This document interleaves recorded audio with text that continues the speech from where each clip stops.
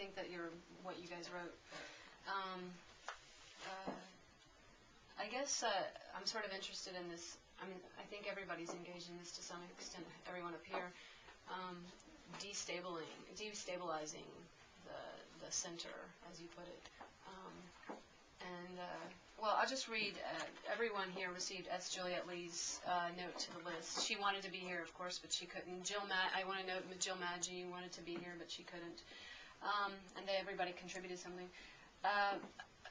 Aesthetics again, the experimental or innovative poetics in that community. She writes, and my last thought for the moment is that experimental writing in this country has always relied on an encounter with difference as the fuel for its engine, whether via appropriation or staunch rejection or some effort at assimilation. These encounters are productive on many fronts, but also damaging. I'd like us to talk through this acceleration of cascading encounters with difference, and how we as writers can hopefully model a new, if not better, since what seemed to work before has problems, way of making sense of it. This is where my comment before about my inquiry into my ethnic being as in fact a global or universal search for understanding is illustrative, which I think is something you just touched upon. So any ideas from either of you, whoever wants to?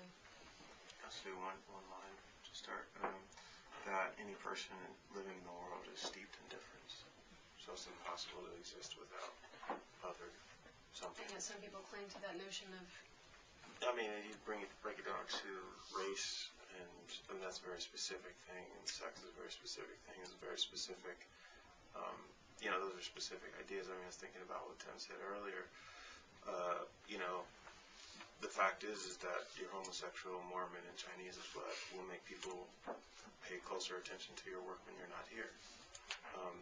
You can write in a contemporary moment and pretend that you're not being couched or framed by your ethnicity, by your sex or race. But after you're dead and your work is there, people are going to dig back into your history if you're lucky enough, read your biography, and imbue your work with more meaning, more readability based on your background. So I think no matter who you are, you're writing for a particular racial, sexual, some kind of social construction that creates a lens through which your work is going to be read and looked at. I mean, for me, I think the real issue, again, and we're getting off, I mean, I think this panel is kind of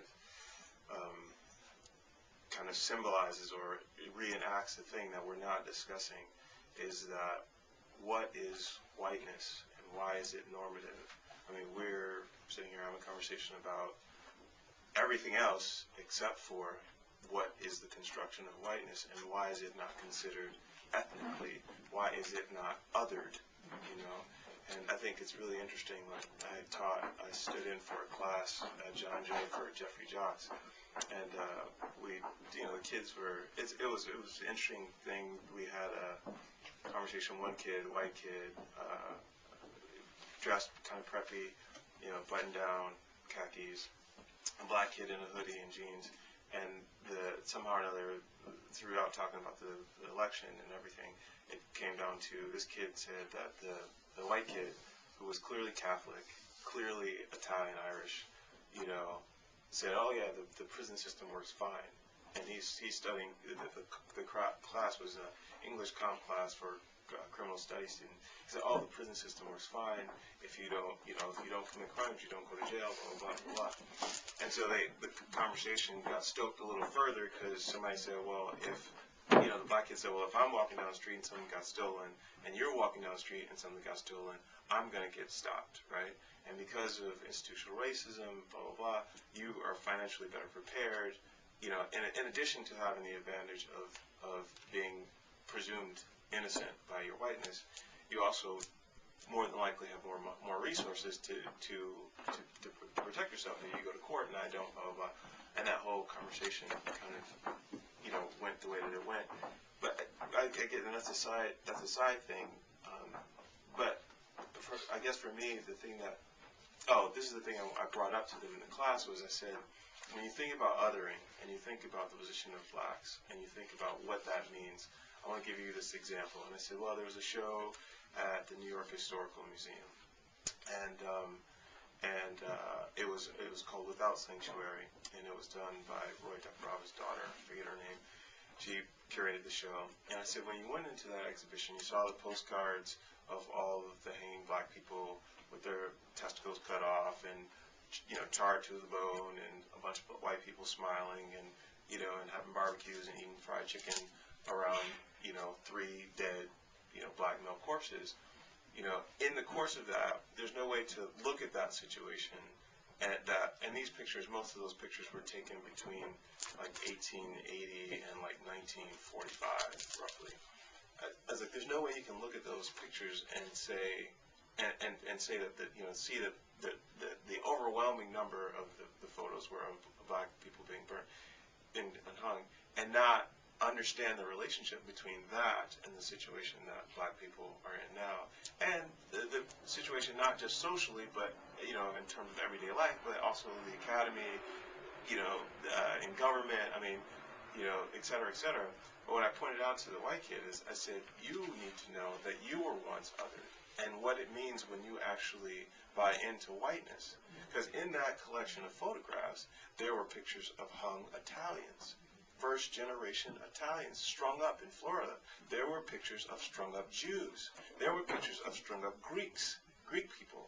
Like, you know, and what it means to be white, necessarily, means to buy into whiteness as a property, as a privilege. You know, you give up being Greek, Russian, Italian, you know, Hebrew. You give that up when you come to America so that you can afford the privileges of whiteness. And you know, not to dish you, but I was kind of irritated by what you said, because it's like you're not black, and you're clearly coming to the situation as a clear voluntary immigrant. Voluntary. That's very clear. And what you're doing, what you have done by saying, I'm not going to pay attention to race, I don't have to pay attention to it, it's not a part of my fold, is, that's not, that might be your personality and just who you are, but that is the attitude that reiterates and continuously reaffirms the status quo. It's saying, like, well, the status quo is I don't have to pay attention to anything, I'm privileged, and I don't have to deal with it.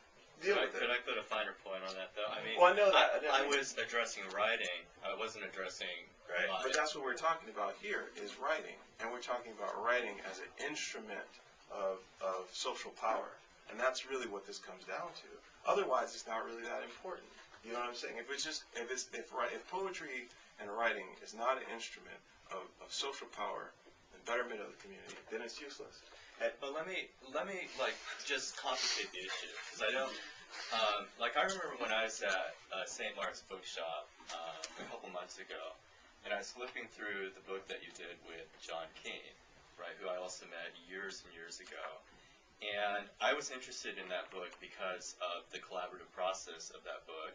I was also interested in the fact that you're a visual artist, and yet in this book, you're going to be doing the text, right?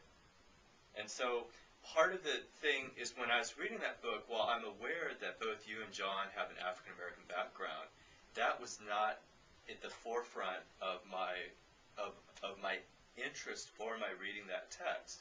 And I was curious, as I read the text, was race going to be an issue? And at least the parts of it that I read, I felt like I was much more interested in how abstraction and the visual were working as a conversation, right? So to me, if I approach a text in that manner, I don't think that's making me socially irresponsible.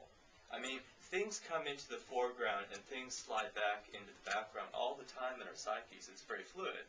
I've been working with a Gestalt therapist for the last 3 years, and one of the chief frames of Gestalt therapy is foreground and background.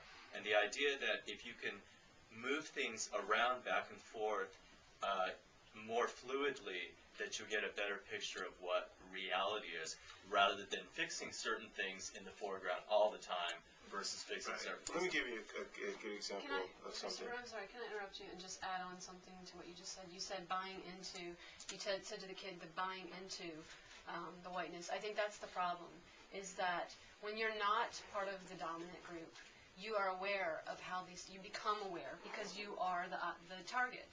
And that's the problem with whiteness, is that you don't have to buy into it. It's given to you. You just passively accept it. And I think part of my interest in this is how do we make